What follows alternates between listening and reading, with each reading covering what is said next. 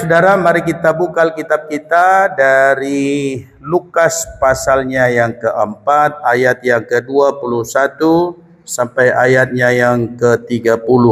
Nah, saudara-saudara, pada zaman ini banyak orang merasa paling terdepan ketika berbicara tentang Tuhan, tetapi menjadi yang terbelakang ketika berbicara tentang pelayanan, tentang pekerjaan Tuhan, dan tentang ketaatan kepada Tuhan. Banyak orang yang pintar berbicara tentang Tuhan, banyak orang yang pintar berbicara tentang Alkitab, tetapi ketika berbicara tentang pelayanan, tanggung jawab di hadapan Tuhan, pola sikap perilaku tidak sesuai dengan pengetahuan. Maka tidak heran saudara, banyak orang yang rajin diskusi tentang Tuhan tetapi tidak mengalami Tuhan. Ada banyak orang yang pintar berdiskusi tentang kebenaran Alkitab tetapi tidak hidup dalam kebenaran. Itu kenyataan dan fakta yang terjadi di Gereja Metodis Indonesia, saudara-saudara. Kenapa? Kita hanya tahu banyak tetapi tidak melakukannya. Maka jangan heran Bapak Ibu, dalam gereja banyak yang pintar berkomentar tetapi tidak pintar berbuat. Maka jangan heran banyak di gereja tukang kritik tetapi tidak banyak yang mau terlibat melayani. Soal pengetahuan, iblis lebih tahu banyak karena dia alumni dari sorga. Dia mantan dari situ Bapak Ibu. Dia tahu semua rahasia, tapi hanya satu kelemahan dia tidak mau taat. Maka jangan bangga kalau tahu banyak, maka jangan senang kalau tahu banyak, tetapi banggalah kalau taat, karena lebih baik ketaatan yang sedikit daripada pengetahuan yang banyak. Saudara-saudara yang saya kasih di dalam Tuhan, kekristenan bukan semata soal pengetahuan, kekristenan bukan semata-mata soal tahu, tetapi kekristenan itu adalah soal ketaatan. Tetapi fakta yang kita lihat adalah ada banyak orang yang berusaha menolak taat melayani Tuhan. Mereka mencari dalih, mereka cari alasan sebanyak mungkin, mereka berusaha melarikan diri dari tanggung jawab dan dari panggilan Tuhan. Manusia berusaha seolah-olah tidak ada habis alasan untuk tidak taat. Alasan sibuk, alasan tidak bisa, alasan saya belum begitu berani, alasan saya tidak biasa berdiri di depan, alasan repot, alasan karir, alasan sekolah, dan alasan banyak. Alasan anak masih kecil, alasan ini, alasan itu, dan alasan tidak pernah selesai. Maka sejak Kejadian sampai Wahyu, lihatlah alasan-alasan tidak pernah selesai. Ketika Adam dan Hawa jatuh dalam dosa, mereka tidak habis alasan untuk berhadapan dengan Tuhan. Tidak pengakuan yang muncul, tetapi alasan. Terhadap semua keadaan-keadaan yang terjadi dalam hidup, maka tidak pernah ada matinya alasan. Dalam sebuah penolakan, ada penolakan yang kasar, ada penolakan yang halus. Ada banyak alasannya. Maaf Bapak Ibu, saya tidak bisa hari ini. Tapi percayalah, saya tetap akan mendukung pelayanan. Kan gitu. Menolak yang kasar, menolak yang halus, isinya tetaplah menolak. Mau menolak dengan lembut, menolak tidak lembut, isinya tetaplah menolak. Dan saya juga tidak tahu apakah kita menolak kasar, menolak halus, dan menolak secara terus terang. Hari ini juga saya dengar akan ada pengumuman hasil panitia pencalon yang sudah menerima. Dan saya percaya Bapak Ibu dalam semua ketaatan menerima. Tuhan berkati kita melayani Tuhan. Amin. Kalau bicara soal pengalaman baru pelayanan, maka harusnya di gereja tidak ada majelis. Karena berapa banyak yang punya pengalaman. Dan kalau hanya yang berpengalaman, kapan yang belum berpengalaman bisa dipakai. Dan nabi-nabi yang dipilih Tuhan tidak berdasarkan pengalaman, tetapi otoritas Tuhan yang memilih mereka. Banyak orang berusaha menolak taat, tetapi mereka ada di gereja. Ada banyak orang yang berusaha menolak untuk setia, tetapi mereka menginginkan berkat Tuhan. Ada banyak orang yang menolak untuk mau sujud menyembah Tuhan dalam segala kesungguhannya, tetapi mereka menginginkan kelimpahan berkat. Padahal keinginan, kerinduan, harapan saudara dan saya menginginkan bahwa Tuhan memberkati kita, memberi damai sejahtera dan memberikan sukacita. Namun pada faktanya kita seringkali alpa dalam bagian-bagian yang harus menjadi bilik bagian yang harus kita kerjakan. Yesus ditolak dengan kasar, Yesus ditolak dengan halus, Yesus bahkan mau disalibkan, Yesus bahkan mau dibunuh. Tetapi ingat Bapak Ibu Saudara, penolakan terhadap Yesus tidak dilakukan oleh mereka yang tidak ada dalam rumah Tuhan. Tetapi penolakan terhadap Yesus dilakukan oleh siapa? Orang sekampungnya. Penolakan terhadap Yesus dilakukan oleh siapa? Saudara-saudaranya. Penolakan terhadap Yesus dilakukan oleh siapa? Umatnya. Dan ingat, Yesus tidak disalibkan oleh orang-orang yang tidak percaya kepadanya, tetapi Yesus disalibkan oleh umatnya. Yesus tidak disalibkan oleh Pontius Pilatus. Pontius Pilatus masih cari cara bagaimana supaya dia bisa membebaskan Yesus. Tetapi yang menyalibkan Yesus adalah umatnya, orang-orang yang tahu firman, orang-orang yang tahu kebenaran, dan orang-orang yang sudah hari-harinya ada dalam persekutuan-persekutuan. Mereka yang menyalibkan Yesus. Menjadi penting dan menjadi sesuatu yang harus kita pikirkan, saudara, dalam seluruh pengalaman, dalam seluruh pelayanan, dari seluruh durasi, dari seluruh pengalaman rohani. Perlu ditanya, saudara dan saya masuk kategori orang yang taat atau yang masih hampir-hampir taat. Nah, hampir percaya berarti belum percaya. Hampir Kristen berarti belum jadi Kristen. Hampir jadi orang baik berarti kita masih orang jahat. Atau saudara hampir taat hari ini, atau hampir percaya, hampir melayani, hampir-hampir bagaimana, atau sudah ada di dalamnya, atau hampir menolak, berarti masih taat. Dan saya berharap saudara, kita bagian dari orang-orang yang taat. Katakan amin. Kenapa kita harus diperhadapkan kepada sebuah ketaatan? Pertama saudara, bahwa Yesus adalah kegenapan dari seluruh nubuatan firman Tuhan. Ada begitu banyak orang yang menolak Tuhan mungkin karena mereka tidak tahu, mereka tidak mengenal, mereka tidak memahami siapa Yesus. Tetapi kita harus tahu, Yesus adalah kegenapan dari seluruh nubuatan. Apa yang digenapi saudara? Yang digenapi itu adalah ayat 18 sampai ayat 19. Roh Tuhan ada padaku oleh karena ia telah mengurapi aku untuk menyampaikan kabar baik kepada orang-orang miskin, dan ia telah mengutus aku untuk memberitakan pembebasan kepada orang-orang tawanan dan penglihatan bagi orang-orang buta, untuk membebaskan orang-orang yang tertindas, untuk memberitakan tahun rahmat Tuhan telah. Yesus berkata, saudara, ketika kamu membaca yang tertulis ini, yang disampaikan oleh Nabi ini, maka semua nats itu sudah digenapi dalam dirinya. Bahwa Yesus adalah dia yang datang menyampaikan kabar baik, bahwa dia datang menyampaikan kabar baik kepada orang miskin, maka dia menjadi sahabat orang miskin, dia peduli terhadap orang miskin, bahkan dia menjadi orang yang miskin, dan dia menjadi orang tidak berpunya ketika dia datang ke dunia. Bapak Ibu, di antara kita hari ini tidak ada yang miskin, saya tahu. Ada yang tidak punya rumah jemaat ini? Semua punya. Yesus tak punya rumah, maka dia pinjam. Yang pertama dia pinjam apa? Dia pinjam rahimnya Maria untuk lahir. Yang kedua, serigala punya liang, sarang, burung punya sarang, tapi anak manusia tidak punya tempat. Dia tak punya apa-apa. Yang ketiga, salib itu bukan salib Yesus, tapi itu salib Barabas. Yang harusnya disalibkan malam itu adalah ada dua yang disalibkan bersama dengan Yesus, dan yang di tengah-tengah itu adalah milik Barabas. Maka ketika di hadapan persidangan, Pontius Pilatus berkata apa? Siapa yang mau kubebaskan, Barabas atau Yesus?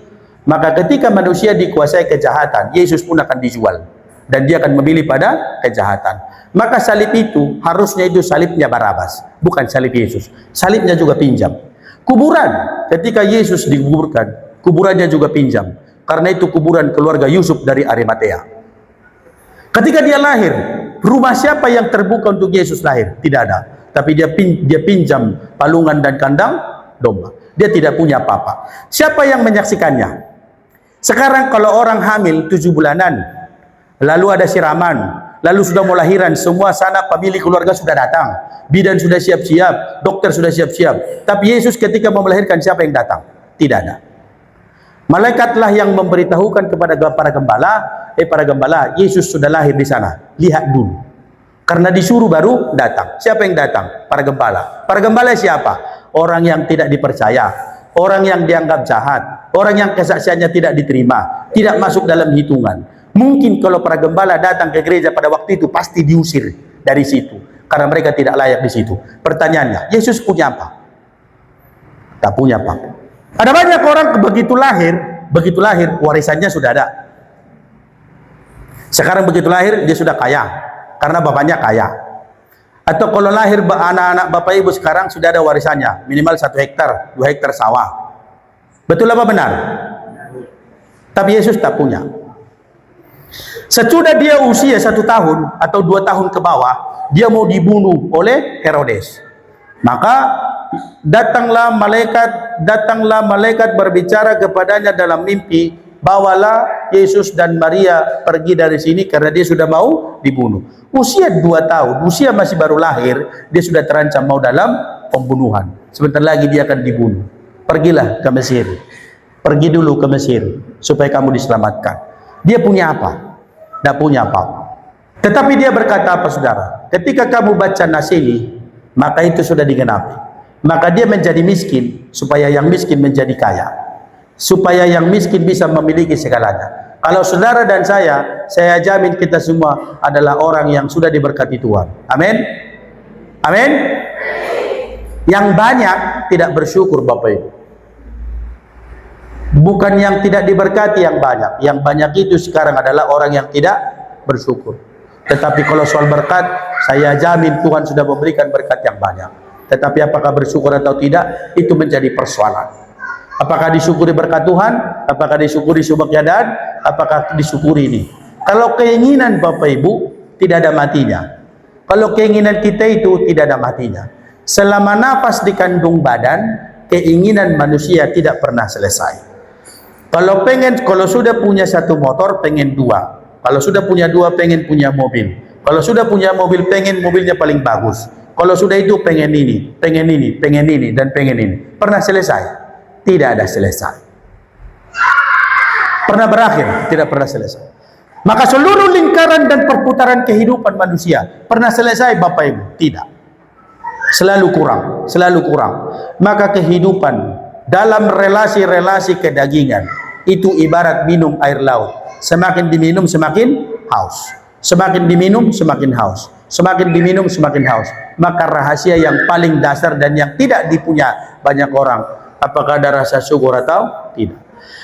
Ketika nats ini kamu dengar, kamu itu sudah digenapi bahwa dia datang untuk memberikan kita kekayaan, bahwa dia datang memberikan kebebasan, bahwa dia datang untuk memberikan kabar baik, bahwa dia datang untuk memberikan kelepasan, bahwa tanpa Tuhan manusia akan dalam segala kemiskinan kasih. 1 Korintus pasal 13, bahwa tanpa Tuhan manusia akan ada dalam ikatan dosa, bahwa tanpa Tuhan manusia akan hanya ada hidup dalam amarah dan dendam. Kalau tanpa kasih Tuhan, manusia hanya akan hidup dalam sebuah ikatan dosa yang tak akan bisa dilepaskannya. Ibaratnya Bapak Ibu, kalaulah manusia ibarat mic ini, inilah dosa. Dia tidak akan bisa melepaskan diri tanpa ada pihak yang ketiga yang melepaskannya. Kalau bukan karena Tuhan, tak ada satupun manusia yang bisa bebas dari dosa. Hidup di dalam Tuhan pun masih juga hidup dalam perbuatan dosa. Apalagi tidak di dalam Tuhan. Orang-orang yang dalam gereja ini semua orang berdosa yang menyadari dosanya. Tetapi janganlah buat gereja tempat melakukan dosa. Itu aja bedanya. Dia adalah kegenapan dari seluruh pengharapan. Dia adalah kegenapan dari seluruh keinginan. Dari ketiadaan menjadi ada. Dari keterbatasan menjadi tidak terbatas. Dari ketidakberdayaan menjadi bisa melakukan sesuatu. Dari ketidakmampuan, maka Tuhan memberikan saudara kemampuan menjalani hidup. Betul, persoalan apakah selesai? Tidak. Tetapi ingat, Tuhan tidak sedang berusaha membuat persoalanmu ringan. Tetapi Tuhan sedang memberikanmu kekuatan supaya kamu mampu melaluinya. Betul, mungkin Tuhan tidak pernah menghalau gunung-gunung persoalan yang kamu hadapi.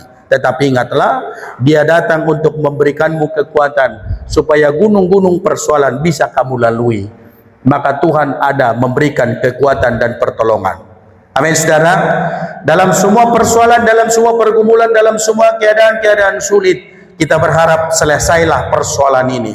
Mungkin persoalannya tidak selesai, tetapi saya percaya Tuhan memberikan kita kekuatan untuk melampaui berbagai masalah, berbagai persoalan dan tantangan. Dan bukankah itu sudah kita lalui berpuluh-puluh tahun yang lalu? Dan bukankah itu sudah kita lewati dalam berbagai perjalanan hidup? Dan bukankah kita telah menang dari berbagai persoalan-persoalan? Dan bukankah kita melewati terlalu banyak pergumulan-pergumulan? Dan kita ada hari ini sebagai orang-orang yang terus diproses oleh Tuhan, bahwa Dia ada menolong kita.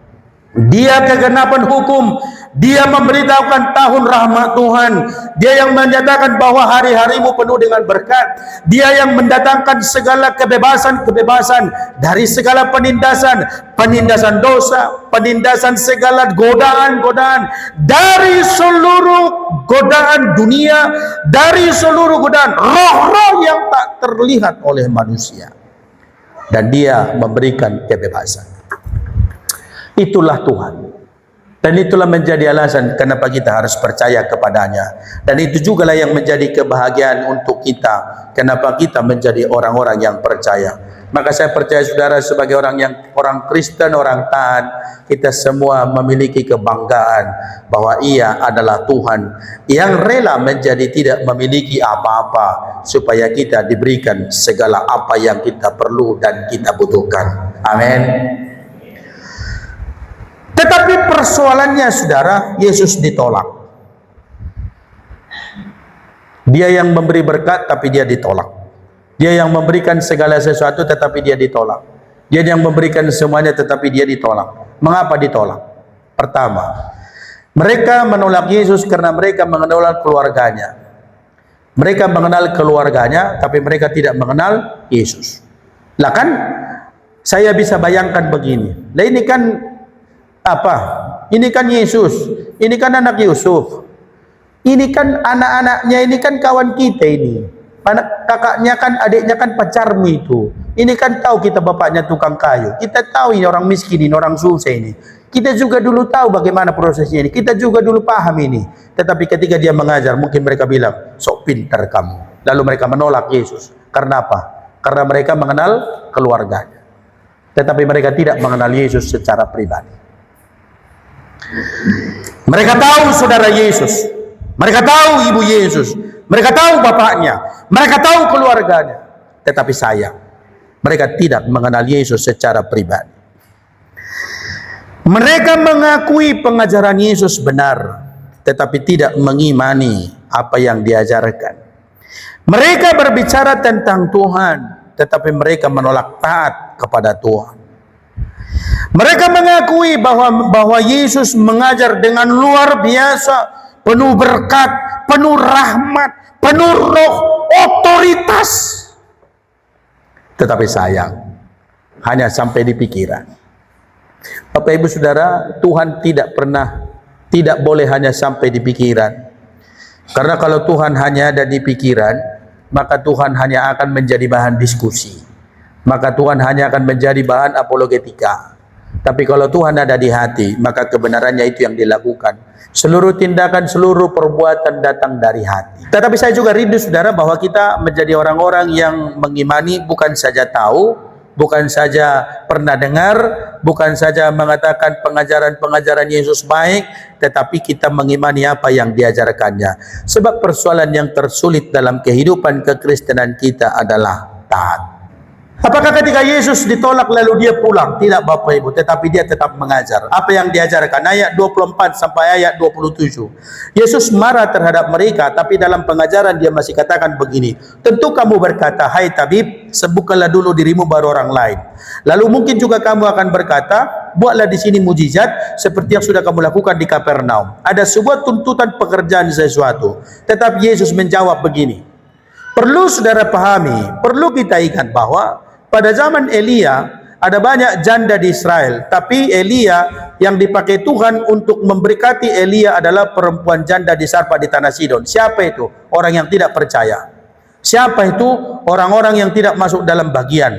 Tetapi orang Israel adakah dipakai Tuhan? Tidak. Yang kedua, ketika pada zaman Nabi Elisa banyak orang kusta di Israel, banyak orang berpenyakit kulit. Tetapi ketika zaman Elisa tidak ada satupun orang Israel yang disembuhkan dari kusta kecuali Naaman. Artinya apa saudara?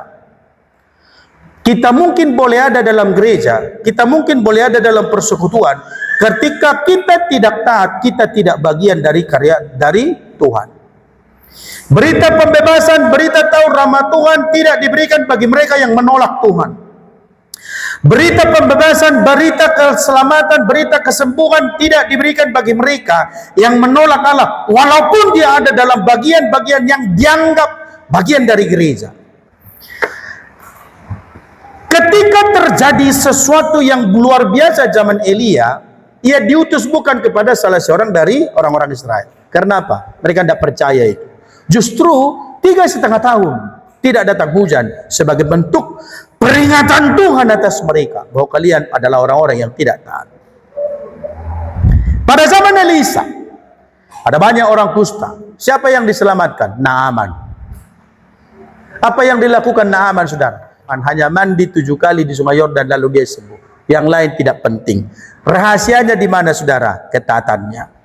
Berita pembebasan dan tahun rahmat Tuhan diperuntukkan bagi saudara yang menerima Tuhan dengan sungguh-sungguh. Berita tahun rahmat Tuhan akan dinikmati oleh orang mau yang meresponi dia. Berita segala kebebasan yang diberikan Tuhan, dan itu hanya akan dinikmati oleh mereka yang taat kepada pengajaran-pengajaran Tuhan.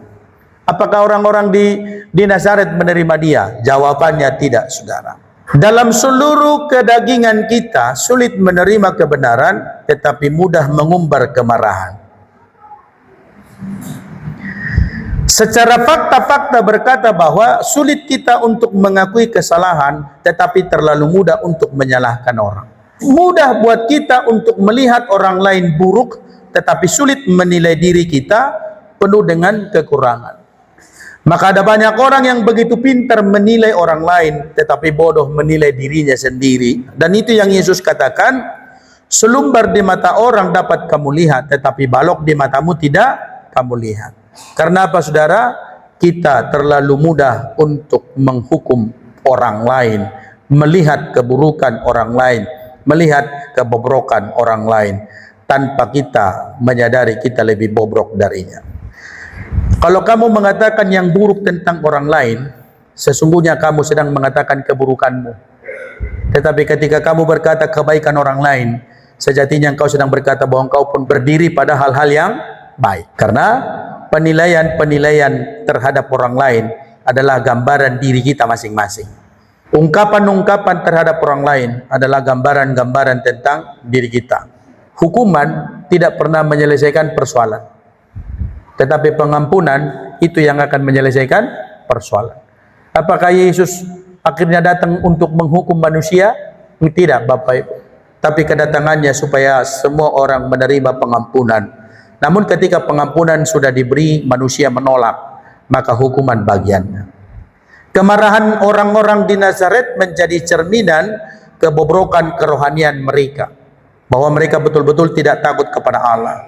Kemarahan mereka sebagai gambaran hilangnya rasa hormat mereka kepada Tuhan dan hilangnya kepekaan rohani mereka. Mereka tidak lagi orang-orang yang tunduk, mereka tidak lagi orang-orang yang hormat kepada Allah. Dan zaman sekarang sudah terjadi hal demikian. Rasa hormat terhadap para pelayan-pelayan Tuhan pun berkurang, dan rasa hormat jemaat terhadap Tuhan pun semakin berkurang. Kemarahan itu berarti engkau menolak Tuhan dalam segala kuasanya, janjinya, pertolongannya, dan dalam segala mujizatnya. Maka dalam semua apa yang terjadi dalam hidup saudara, jangan pernah mengumbar kemarahanmu di hadapan Allah. Karena itu kita menolak otoritas Tuhan. Tetapi apa yang Tuhan inginkan, saudara? Perubahan, pertobatan, dan kepercayaan. Bahwa kita akan menerima segala janji dan berkat yang disampaikan oleh Tuhan. Apa pilihanmu, Bapak Ibu? Kalau saudara menolak Yesus, engkau kehilangan segalanya dan tidak punya nilai apa-apa. Ingat ya, kalau saudara menolak Yesus, maka engkau kehilangan segalanya dan tidak punya nilai apa-apa. Ketika saya khotbah di salah satu gereja, saya tanya, Bapak Ibu ada masuk kategori 100 besar di kecamatan ini? Di kecamatan aja. Dia bilang jauh, apalagi masuk kota, apalagi masuk provinsi Lampung, apa seluruh pulau Sumatera, apalagi masuk Indonesia, apalagi masuk lagi sampai kemana? Seluruh dunia. Maka saya bilang, saudara dan saya tidak lebih daripada butiran-butiran debu. Bukan siapa-siapa kita ini. Tetapi apapun itu, kita adalah orang-orang terbaik pilihan Tuhan. Amin, saudara. maka kalau saudara menolak dia, kau kehilangan semua dan kau tidak punya nilai apa-apa. Maka tidak lebih daripada ketika sudah meninggal jadi tanah. Titik, sampai di situ aja. Tapi ketika percaya Allah, ketika mengakhiri kehidupan, kita tahu kita akan mendapatkan kehidupan yang kekal. Itu garansi. Dan itu yang tidak dimiliki orang lain. Kalau saudara menerima Yesus, berarti engkau mendapatkan tahun rahmat Tuhan, tahun penuh berkat. Itu berarti seluruh janji Tuhan dinyatakan bagimu. Seluruh janji Tuhan diberikan bagimu. Seluruh janji Allah dinyatakan bagi saudara. Kehidupan ekonomi kita bukan hitungan matematika. Dapat 10 juta, kelola 9 juta dan sekian. Bukan. Kehidupan perekonomian dalam keimanan kita adalah 5 roti 2 ikan, sisa 12 keranjang. Kehidupan kerohanian kita dalam jaminan pemeliharaan Tuhan, dimakan ribuan orang, 5 roti 2 ikan. Karena apa saudara? Karena bukan soal berapa kamu dapat, tapi soal bagaimana Tuhan memberikan kelimpahan. Lalu mujizatnya terjadi di mana? Ketika hidup dijalani dengan seluruh keyakinan dan rasa syukur, maka mujizat terjadi di situ. Bukan pada hitung-hitungan kalkulator, bukan semata-mata soal kebijakan manajemen keuangan, bukan semata-mata soal kepintarannya, tetapi hitungan Tuhan adalah dari yang sedikit dimakan berkelimpahan. Tetapi dalam segala kelimpahan yang diberi, justru Tuhan memberi. Karena itulah Alkitab berkata, adalah lebih berbahagia mereka yang memberi daripada menerima. Dan itu jaminannya. Saudara pilih yang mana? Saudara memilih taat, maka kau mendapat segalanya.